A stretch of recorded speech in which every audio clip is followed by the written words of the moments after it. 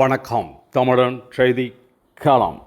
உலக மகளிர் தினத்தை முன்னிட்டு திருப்பெயர் ஜெயப்பிரியா பள்ளியில் 2000 மாணவர்கள் இணைந்து தாயின் கருவறையை உருவாக்கி நோபல் உலக சாதனை முயற்சியில் ஈடுபட்டன. கடலூர் மாவட்டம் விருதாச்சலம் அடுத்த வேப்பூர் அருகிலுள்ள திருப்பெயர் கிராமத்தில் செயல்பட்டு வரும் ஜெயப்பிரியா பள்ளியில் மகளிர் தின விழா கொண்டாடப்பட்டது.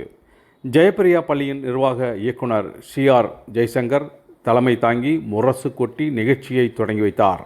அதனைத் தொடர்ந்து பள்ளி மாணவிகளின் பரதநாட்டியம், கம்பு சுற்றுதல், மாணவர்களின் கராத்தே நிகழ்ச்சிகளையும் தொடர்ந்து 2000 மாணவர்கள் இணைந்து நோபல் உலக சாதனை முயற்சியாக பெண்மையை போற்றும் வகையில் தாயின் கருவறையை உருவாக்கி சான்றோர்களின் பாராட்டை பெற்றன.